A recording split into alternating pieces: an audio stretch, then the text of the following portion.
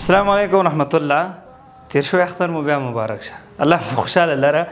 د 2015 قرباني هغه ریپورټ خلاصه به تاسو ته ووایم. تقریبا هغه غویان چې موږ ته راغلي اته شپېته دانې موږ ته غویان د قرباني را رسېدلي، همدارنګه 233 ګډان یا پسونه، ورسره 11 دانې سیرلي یا وزې یا دغه چې ورته وایي څو بیزې، همدارنګه 3000 کورنیو ته زموږ د قرباني غوښه رسېدلې. که دغه هره کورنۍ فرض که هغه اوسط ډول 7 نفره حساب کړو، څه فکر کوئ چې څومره کسانو ته زموږ د قرباني تقریبا 22 تر 25 زره پورې کسانو ته خو به رسېدلي.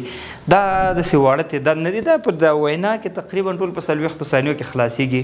خو د دې قرباني ترتیب او تنظیم، د مال اخیستل، منډوي ته هغې پسې څو ورځې ګرځېدل او ښه مال پیدا کول، په هغه چې کم نرخونه موږ تاسو ته د قرباني ورکړو په هغه نرخ کې څه کال زموږ ډېر افغانان شهیدان ورونه شته، شاهدان دي البته، چې مال دومره قیمته و چې قمر بنسټ زیات خپل ځان نه پکې تاوانونه وکړ.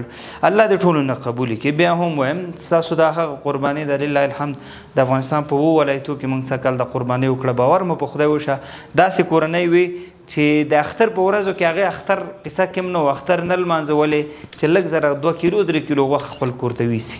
نو څه فکر کوي چې دا مستحق خل نه دي؟ باوري یم چې اړمن خلکو اړمنې کورنۍ وي چې څوک احتیاج ورته نه لري، هغې قربانیانې کړې وي، هغې بیخي قصه کې هم نه وي، خپل چکرې والي.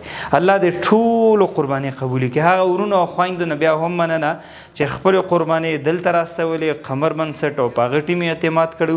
خپل نومونه د دې ویډیو په پای کې کتلی سئ او الله مو خوشحاله لره. بیا هم تر راتلونکي اختره پورې خوشحاله ژوند درته غواړم، نیکمرغه ژوند درته غواړم. دا راتلونکي اختره پورې دا ژوند مو د خوشحالیو ډک شه او ډېره مننه ویډیو سره خپره کړي تر څو پورې ټولو دوستانو ته ورسي. السلام علیکم. دا وطن آباد غواړو، تل یې زنده‌باد غواړو، ناپوهي دې ورکسي، علم او سواد غواړو.